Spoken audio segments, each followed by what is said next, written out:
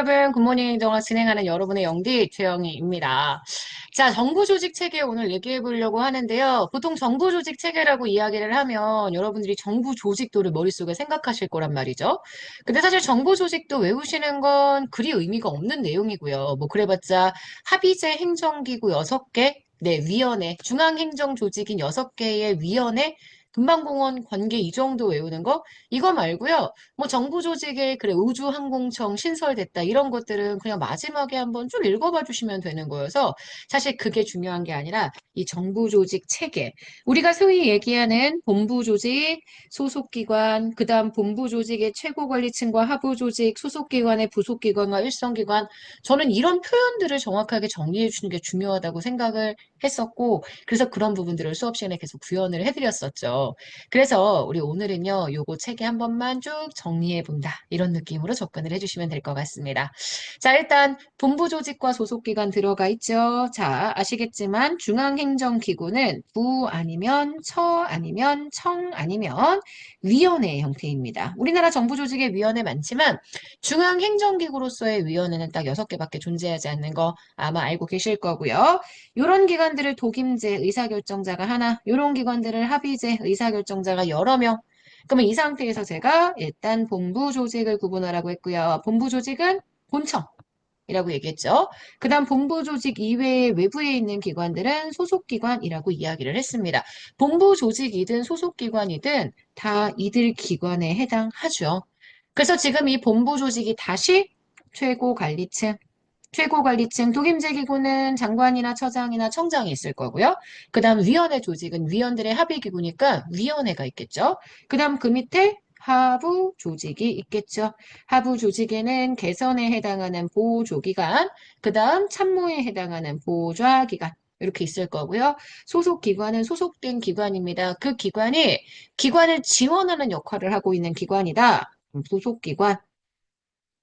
특별지방행정기관이라고 하죠. 지방의 요 기관의 분원, 대리점 같은 걸 제가 파견한다고 얘기를 했는데 특정한 중앙행정기관에 소속이 돼서 그 지역의 행정사무를 관할하게 되는 지방행정기관, 우리가 이들을 특별지방행정기관, 일선기관이라고 얘기를 합니다. 자, 그래서 지금 보시는 여기 책에 보시고 그 다음 본부 조직의 최고관리층, 독임제 행정기관에는 부처청의 장들이 들어갈 거고요. 위원회도 있을 거고요. 어쨌든 최고 관리층의 의사결정을 하는 기관이고요. 그 밑에 보조와 보좌.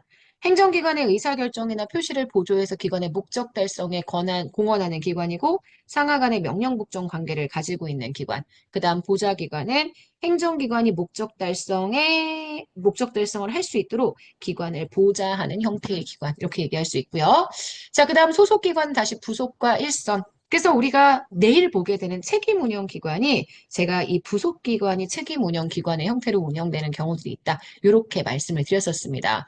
부속기관은 기관을 지원하죠. 그래서 교육훈련기관이나 자문기관 같은 것들을 이야기하게 된다. 이렇게 얘기했고 우리가 소위 얘기하는 일선기관은 아까도 얘기했지만 국가의 지방행정기관. 그래서 특별지방행정기관이라고 설명한다. 이렇게 기억해 주시면 되죠. 자, 그래서 여기까지 정리를 해주시면 일단 정부 조직 체계는 정리가 되는 것 같습니다. 자, 그럼 문제 한번 풀어보도록 하겠습니다. 2018년 국가직 9급에 출제가 되었던 문제고요.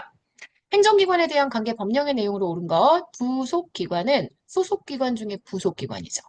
행정권의 직접적인 행사를 임무로 하는 기관이 있는데 그 기관에 부속해서 기관을 지원하는 행정기관 맞습니다. 보조기관이란 행정기관이 그 목적을 원활히 수행할 수 있도록 기관장을 보좌하면 안 되죠. 보조는 개선, 보좌는 참모. 그래서 이건 보조기관이 아니라 보좌기관에 대한 설명입니다. 보좌에서 행정기관 목적 달성에 공헌하는 기관, 요게 보좌에 대한 설명이기 때문에 이번은 틀린 선지가 되고요. 3번입니다.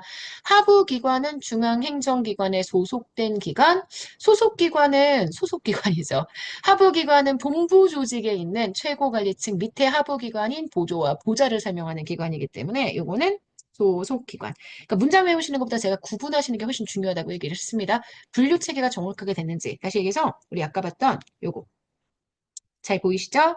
자, 여기 요런 분류 체계 보시는 게 훨씬 중요하다. 이런 얘기 진짜 제가 많이 드렸습니다. 자, 그러면 넘어가 볼까요?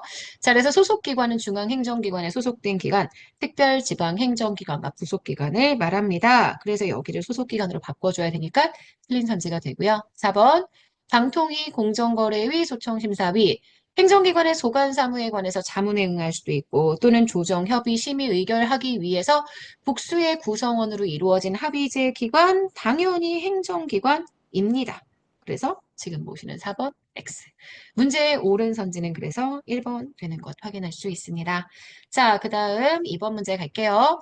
우리나라 행정조직에 관한 설명으로 옳지 않은 것.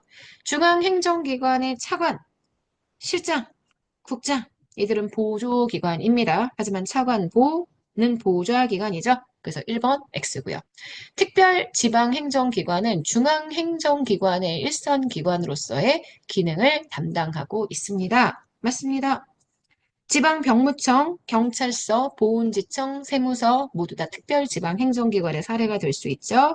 시험, 연구, 교육, 훈련, 문화, 의료, 제조, 자문 이런 거 다 부속기관입니다. 소속기관 중에 그 기관에 부속해서 기관을 조력하는 역할. 이게 부속기관이죠. 그래서 부속기관들의 사례들이 이렇게 들어갈 수 있다. 이렇게 정리해 주시면 될 것 같습니다. 자, 여기까지 해주시면 우리 오늘 2번 문제 정답 1번인 것 확인하실 수 있고요. 자, 정부조직 체계는 한번 마무리를 해봤습니다. 정부조직 체계의 일단 이론적인 법령 표현도 좀 기억하시고 그 다음 정부조직 체계 개편에 대한 내용들도 같이 보게 된다고 생각하시면 될 것 같아요. 자, 여기까지 해서 우리 오늘 굿모닝 행정학 마무리하도록 하겠습니다. 오늘 하루 정말 여러분 거고요. 내일 아침에 또 만날게요, 여러분. 안녕.